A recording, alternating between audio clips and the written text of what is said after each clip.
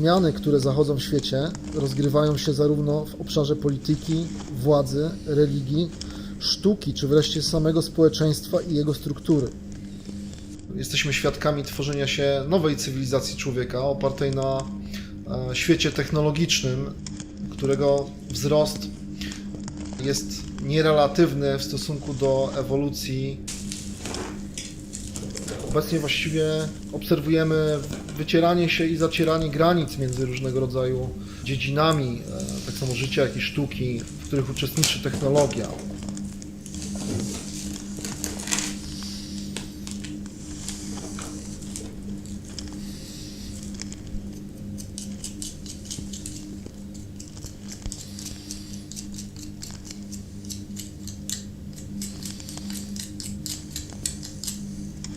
Sztuka w momencie ogromnych przemian jest szczególnie ważna i również zagrożona.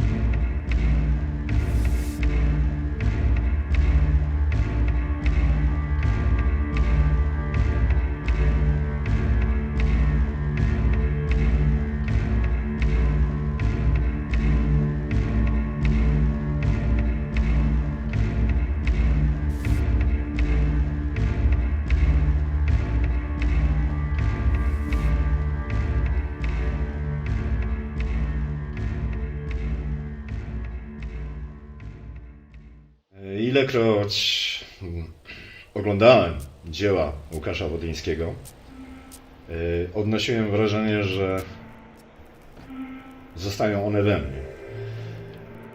Tak naprawdę przeżywałem je dopiero po wyjściu z wernisażu, z wystawy. I to nie jest tak, że przez jakiś czas je czułem w sobie, że poddawałem je jakiejś refleksji, tylko one zostawały już na stałe. Można powiedzieć, że Łukasz Wodyński zaimplantował mi te swoje dzieła. W kontekście transhumanizmu to chyba nawet jest właściwe określenie. Bardzo wielu ludzi w tym momencie odkłada na bok jakiekolwiek sprawy niekomercyjne, jakiekolwiek sprawy, które nie przynoszą im zysku, jakiekolwiek sprawy, które nie przynoszą im doraźnej przyjemności. Jakiekolwiek sprawy, które nie dają im bezpieczeństwa. To wszystko dziś jest odkładane na bok. I w tym momencie zaczyna królować coś, co już nie jest kulturą tak naprawdę. Czyli, krótko mówiąc, ta sieczka popkulturowa.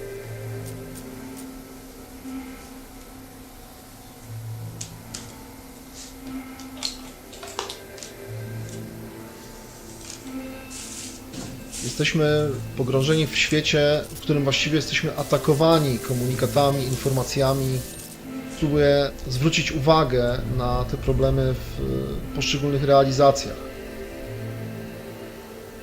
Dzieło pracuje na widzu, prowadzi go do nowych myśli, może dać nowe drogi rozwoju. W każdym momencie zetknięcia się z tym danym dziełem odbiorca powinien uzyskiwać nowe płaszczyzny doznań, nowe płaszczyzny odbioru. Tworzenie jest godzinami spędzonymi w samotności, w pracowni. twórca, który pracuje nad swoją realizacją, jest odcięty od świata zewnętrznego, jest skupiony na tym danym momencie, na tej danej chwili. Przychodzą idee, które muszą zostać odziane w formę. Krystalizuje się to na przestrzeni czasu pod wpływem doświadczenia. Doświadczenie jest dla twórcy bardzo istotnym katalizatorem jego myśli.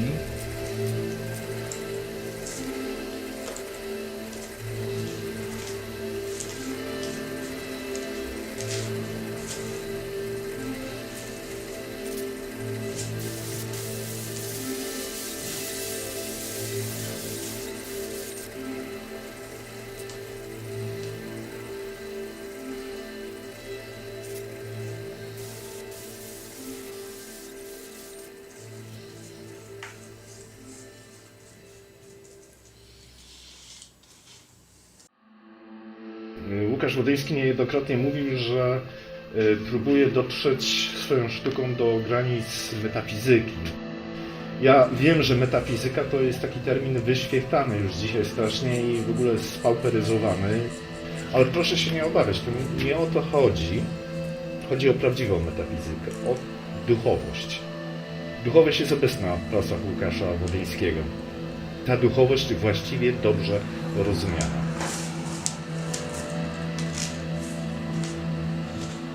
Przypomina mi się fragment filmu Nigdy Cię nie opuszczę Marka Romanka na podstawie powieści Kazuo Ishiguro, w której tacy bezwzględni, pozbawieni empatii nauczyciele zmuszają swoich uczniów do tego, żeby dużo rysowali. Potem przeglądają te rysunki tylko po to, aby sprawdzić, czy ich uczniowie, czy ich wychowankowie mają duszę. Bo to są dzieci sklonowane. To są dzieci, które nie miały nigdy rodziców.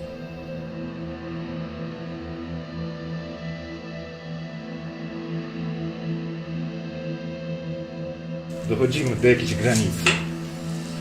Gdy jej nie przekraczamy, to człowieczeństwo zachowujemy. A Łukasz Wodyński nas prowokuje i prowadzi do granic człowieczeństwa.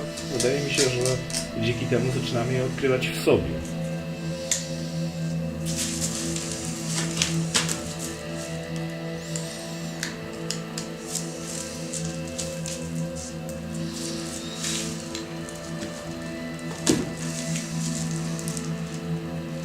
Łukasz Wodyński w swojej twórczości prowokuje, porusza, niepokoi, a jednocześnie dotyka wartości naszej ludzkiej strony, naszych emocji. Będąc w otoczeniu jego dzieł, podczas pokazów multimedialnych, te wszystkie obiekty działają na odbiorcę w bezpośredni sposób.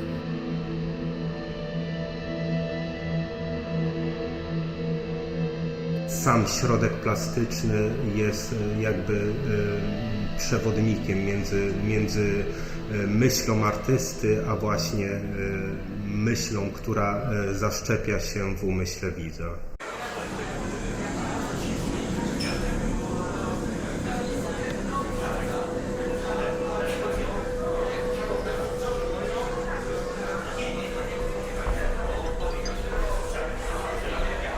Artysta łączy swoją wiedzę z starych technik, z nowoczesnymi mediami w bardzo przemyślany i konsekwentny sposób.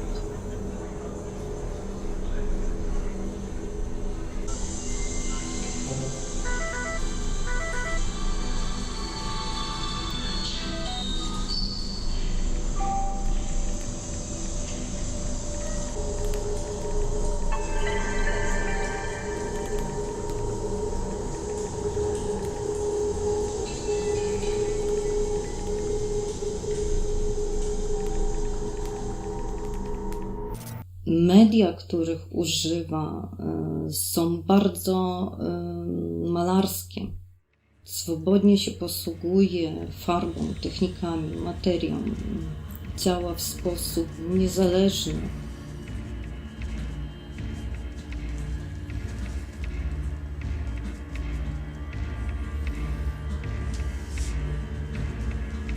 Planując każdą pojedynczą realizację, myślę o całości projektu. Jest ważna idea połączona z formą, która ma utożsamiać tą ideę i jej działanie na odbiorcę. Myślę o całości, jak dany element, dane dzieło zagra w tej przestrzeni, jaki punkt tej przestrzeni wypełni i jakie działanie na widzu odegra. Próbuję również dotykać płaszczyzn społecznych, problemów, którymi jesteśmy otoczeni na co dzień w bardzo dynamicznie rozwijającym się świecie. Problemy informacyjne, również wpływające na rozwój oraz emocjonalność człowieka lub blokujące jego emocjonalność, które wydają mi się bardzo istotne dla istnienia ludzkiej myśli.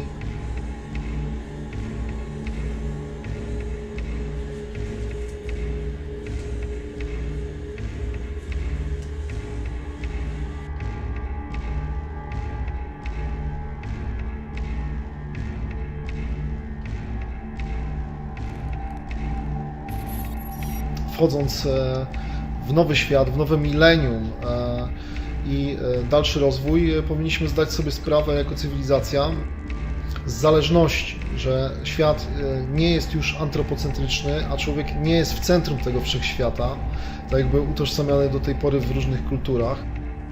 Jest zależny od wielu zewnętrznych czynników wpływających na tę rzeczywistość.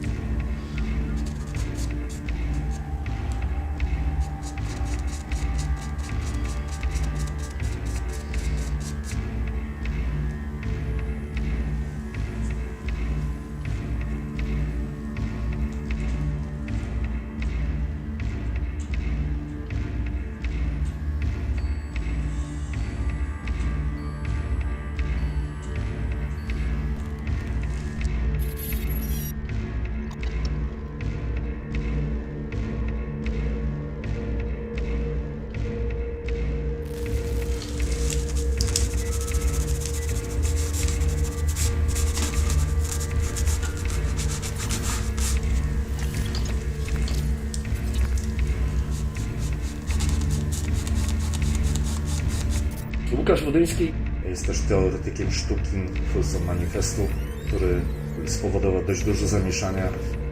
Stworzył takie pojęcie jak postantropocentryzm. Ja się w każdym razie wcześniej nigdzie z tym nie spotkałem.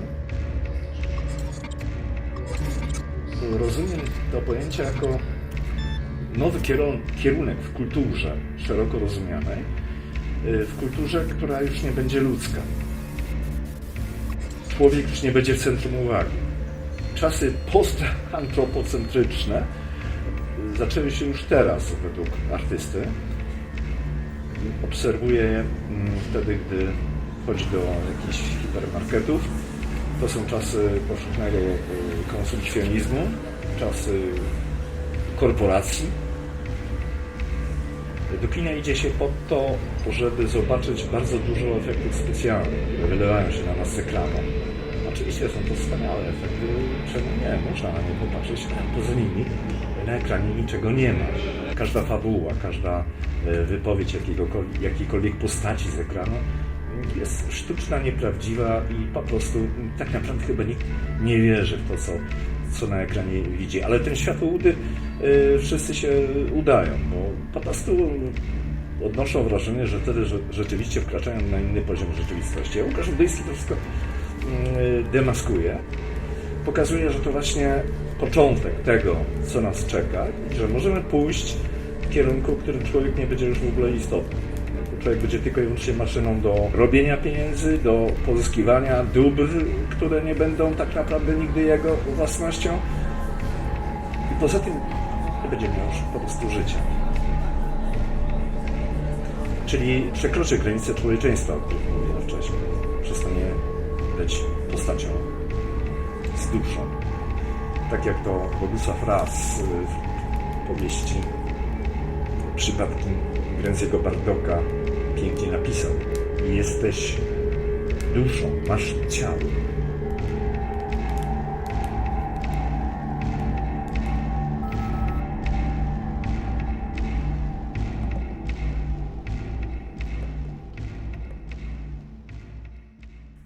Ja również w realizacjach poruszam wątek transhumanistyczny, przemiany ludzkiego ciała, ludzkiej jednostki. Procesom, którym podlega, poprzez również wprowadzenie technologii. W świecie technologicznym jesteśmy w stanie wykonywać bardzo wiele operacji, których nie jesteśmy w stanie relatywnym, rzeczywistym. To jest bardzo atrakcyjne dla ludzkiej psychiki, ale co ten proces właściwie robi z nami? Czy nie wyjaławia naszych uczuć, naszych emocji, czy nie stajemy się wyczyszczeni z empatii, obojętni na rzeczywistość? Pierwsi apologeci transhumanizmu, posthumanizmu, jak na przykład znany futurolog Raymond Kurzweil, uważali, że transhumanizm to tylko i wyłącznie szczęście dla ludzkości, nowy raj na Ziemi. Przeciwko tym poglądom wypowiadało się wielu konserwatywnych filozofów i futurologów. Bydgoski pisarz science fiction, publicysta Marek Żelkowski, który jako konserwatysta przestrzega przed wszelkimi eksperymentami w tej branży transhumanistycznej. Obawia się, że prowadzić to będzie tylko i wyłącznie do odczłowieczenia. Natomiast Kurzweil uważa, że nie, jak najbardziej. To jest coś dobrego, coś tam bardzo potrzebne i w związku z tym powinniśmy tą drogą absolutnie bez żadnych tam oporów iść. Prasy Łukasza Wodyńskiego pokazują, że rzeczywiście może być różnie. Wpadam w świat koszmarów Łukasza Wodyńskiego, ale to nie są koszmary Łukasza Wodyńskiego, to są nasze koszmary, koszmary tego świata. Jest tam dużo szarości, czyli krótko mówiąc jakiejś byle jakości, którą jesteśmy uwikłani, ale ona zamienia się na niektórych obrazach, zamienia się w taki wciągający nas wir, wręcz apokaliptyczny.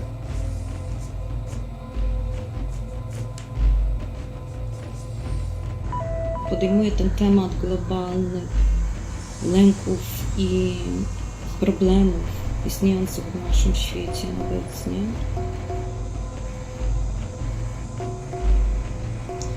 A jednocześnie to są również jego obawy.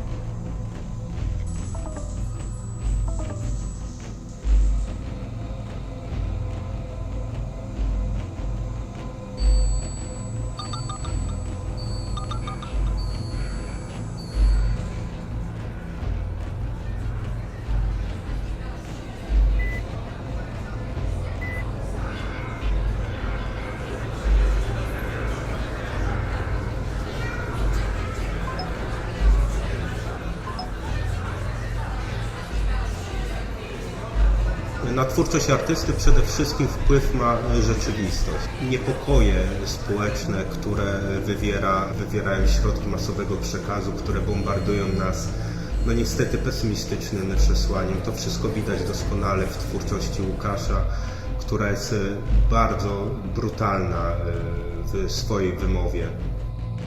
Obojętnie czy zajmuje się zagadnieniem wojny, czy sytuacją człowieka w dzisiejszym świecie, to właśnie to, co dookoła nas niepokoi całe społeczeństwo, ma swój upust w twórczości Wodyńskiego. Jego celem jest pokazanie, żebyśmy się temu nie poddali, żebyśmy nie zatracili samych siebie. Pokazuje nam, co może się stać w przyszłości, o zagrożeniach, o wojnie, o konsekwencjach działań ludzkiej bezmyślności, robi to w sposób bardzo umiejętny, używając właśnie ogranicza kolor, czyli u niego to są bardzo wyrafinowane czernie, wiele szarości, odcieni ziemi, które jakby pozwalają się skupić na tym najważniejszym aspekcie, który chce przekazać. Nie rozpraszają widza, wprowadzają w ten świat.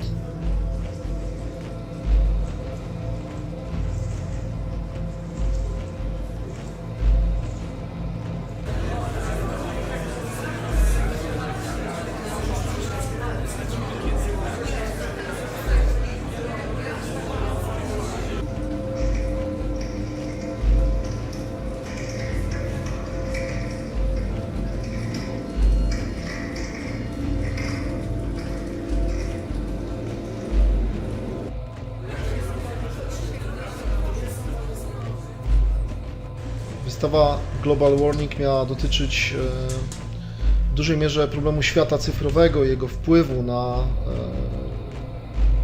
ludzki organizm, na ludzką psychikę, na rozwój człowieka. Poprzez realizację Fuck the Future, instalację składającą się z 8 części dłoni zatopionych w betonie, zwracamy również uwagę na problem kończącego się świata natury i dalszą egzystencję człowieka, podczas gdy jesteśmy zależni od tej natury. Związane jest to również postantropocentrycznym spojrzeniem na rzeczywistość.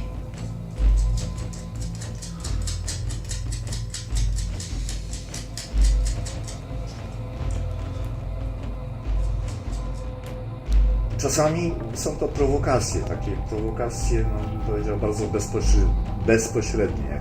Fuck the Future, czyli właściwie taka prowokacja trochę punkowo-anarchistyczna z założenia jakby.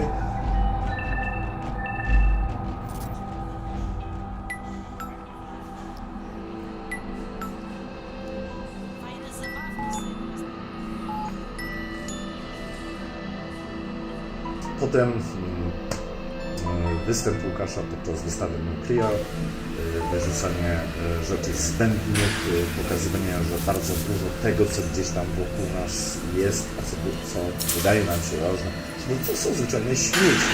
Powinniśmy się ich pozbyć.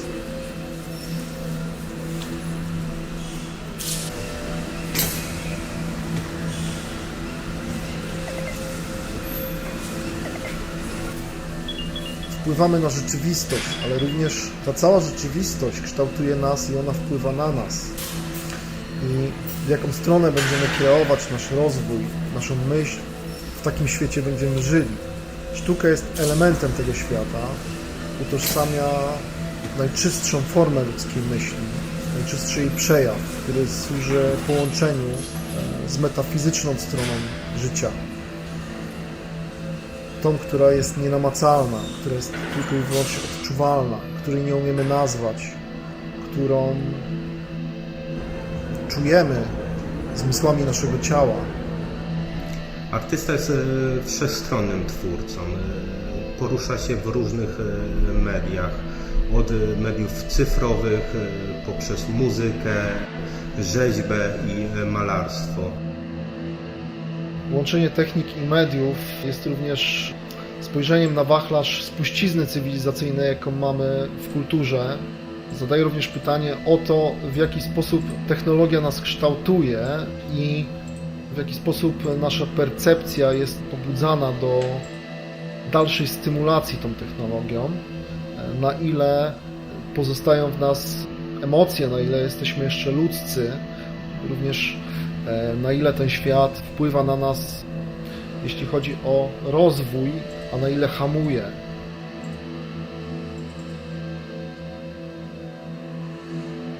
Ponieważ otacza nas materia, żyjemy w świecie rzeczywistym, materialnym.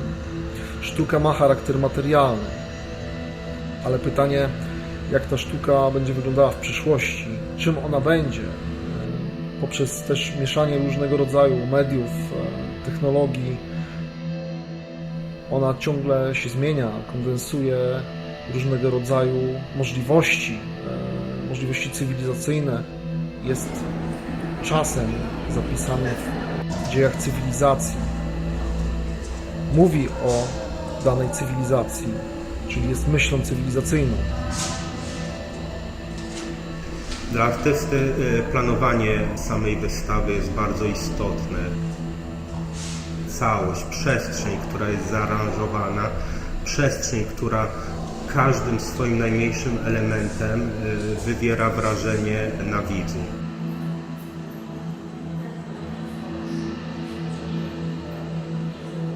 Przygotowanie takiej wystawy to jest duże przedsięwzięcie, ponieważ są również rzeźby. Trzeba je odpowiednio zabezpieczyć, żeby podczas transportu nie uległy one zniszczeniu. Obrazy są bardzo wrażliwe na wszelkie bodźce, które mogłyby je uszkodzić. To wszystko musi być doskonale zabezpieczone, zapakowane i przygotowane do transportu.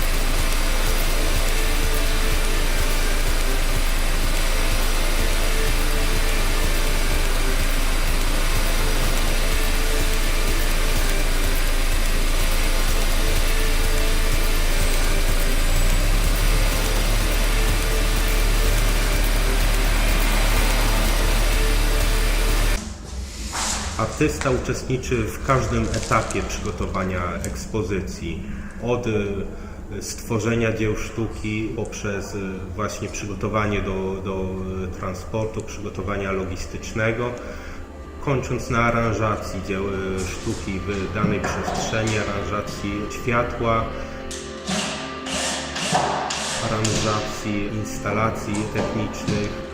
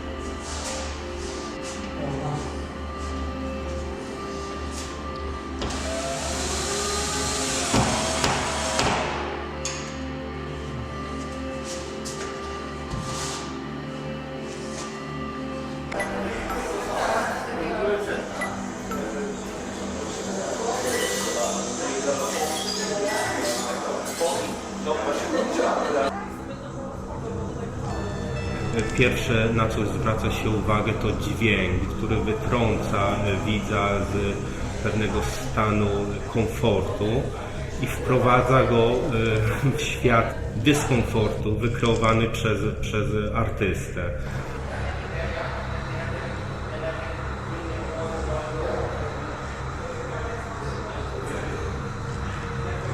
Druga rzecz, która zwraca uwagę widza wchodzącego do przestrzeni właśnie zaaranżowanej przez artystę, to jego rzeźby. Później wzrok zaczyna kierować się w stronę malarstwa i instalacji jego przestrzennych. Człowiek, który wchodzi w przestrzeń zaaranżowaną przez artystę, odczuwa momentalnie niepokój, chciałby się znaleźć w innym miejscu, a jednocześnie świat wykreowany przez artystę wciąga go, jednocześnie zagłębia w swoją strukturę, w swoją materię, w swój fizyczny aspekt. I mimo tego dyskomfortu widz chce czerpać jeszcze więcej z niej, angażując się emocjonalnie.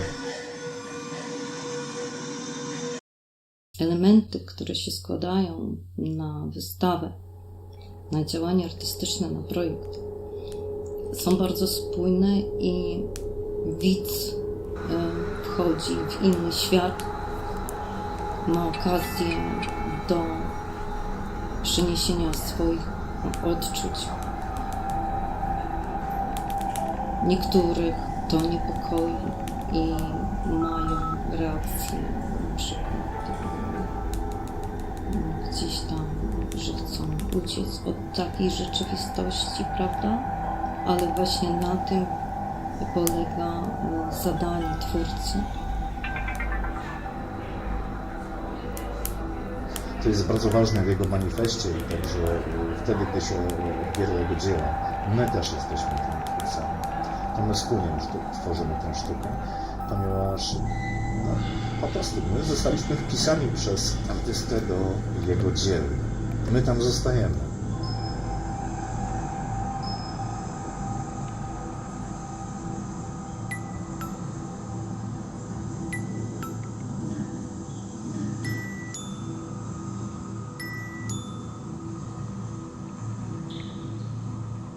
Jeżeli twórca kieruje swoją myśl w przestrzeń, musi ona zostać odebrana, inaczej nie ma swoich właściwości. Kieruje ją do przedstawicieli swojego własnego gatunku. Chyba najpiękniejszą ideą w kreowaniu, w tworzeniu dzieła jest pewna niewiadoma efektu końcowego. Jest on wymierzony w jakiś sposób, jednak nie może być on wymierzony matematycznie. Droga ma rozwijać.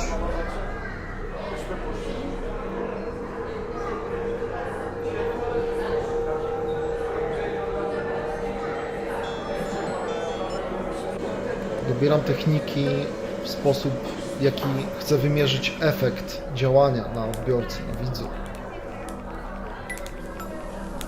Przy realizacji rzeźb Techno Sapiens postanowiłem użyć techniki wideo, która również połączona z klasyczną formą rzeźbiarską daje kondensację bodźców,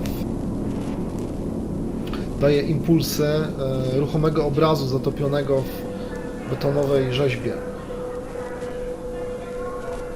Przypominam sobie głowy rzeźby, głowy podłączone do smartfonów. W jednym smartfonie widać koszmar, drugi piękny widok, taki rajski wręcz, ale od czasu do czasu on tam się psuje, coś tam przeskakuje i nie jest to raj doskonały. Nawet bardziej niepokojące to było niż ten koszmar, który po prostu ewidentnie od samego początku się ujawnił w drugim smartfonie. Człowiek, który będzie poddany eksperymentom, które mają go fizycznie ulepszyć, musi się liczyć z takimi konsekwencjami. Jeżeli na to nie zwrócimy uwagi w świecie tego powszechnego konsumpcjonizmu i łatwego życia, no to po prostu najwyraźniej przeoczymy coś istotnego i możemy wpaść do świata koszmaru, tylko i wyłącznie.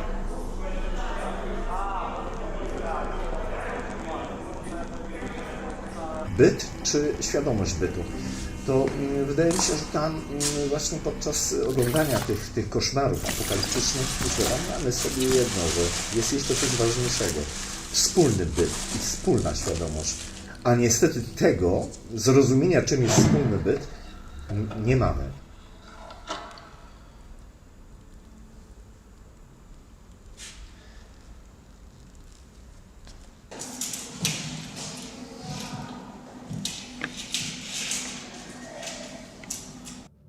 Artysta, używając kondensacji bodźców poprzez swoje obrazy, rzeźby, działania multimedialne, adekwatnie przenosi rzeczywistość, która nas otacza. Buduje tą przestrzeń podczas swoich projektów, zapełniając ją różnymi działaniami.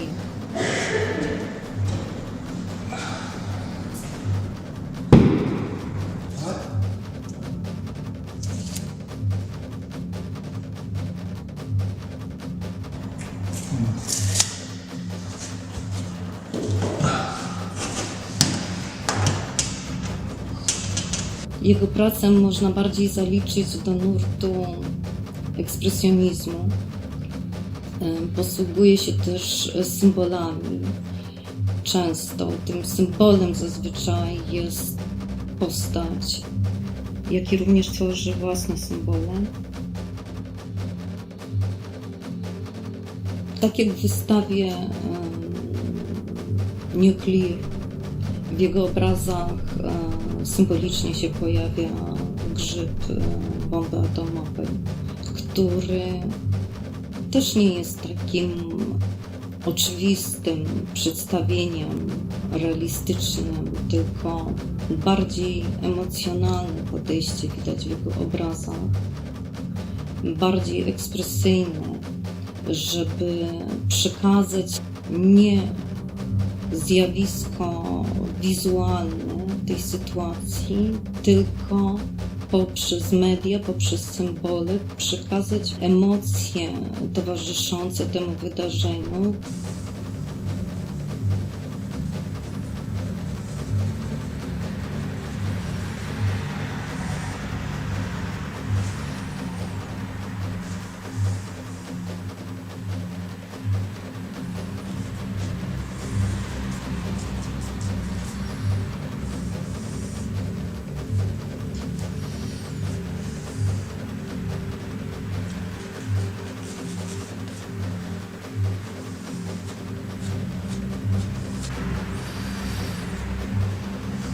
Łukasz Wodyński używa różnych technik, używa faktur w swoich obrazach, używa wielowarstwowego malarstwa.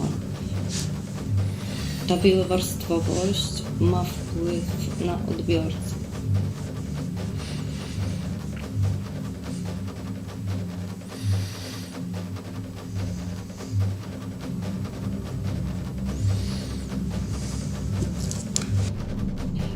I tak samo w rzeźbach ważna jest bardzo forma, którą celowo nieraz zniekształca i zaciera, a niektóre rzeźby wręcz przeciwnie, są bardzo realistyczne, dosadne, krzyczące.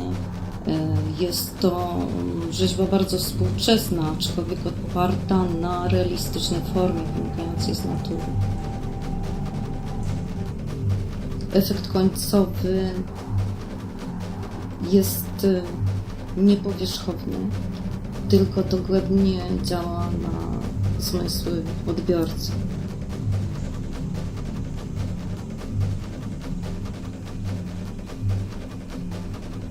Wszystkie systemy oparte na jakichś doktrynach, na jakichś zasadach, które są nam narzucane, są nam proponowane często wbrew nawet nie tylko naszej woli, ale wbrew naszemu zdrowemu rozsądkowi.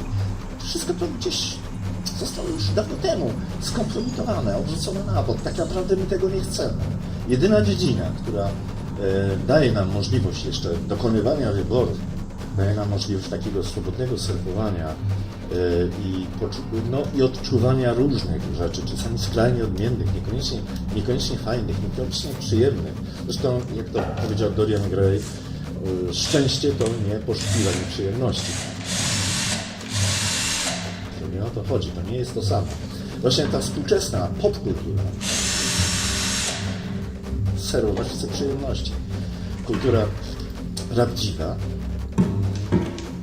daje nam poczucie człowieczeństwa. Czym jest człowieczeństwo? No właśnie, wydaje mi się, że można chyba postawić 8 miliardów definicji człowieczeństwa.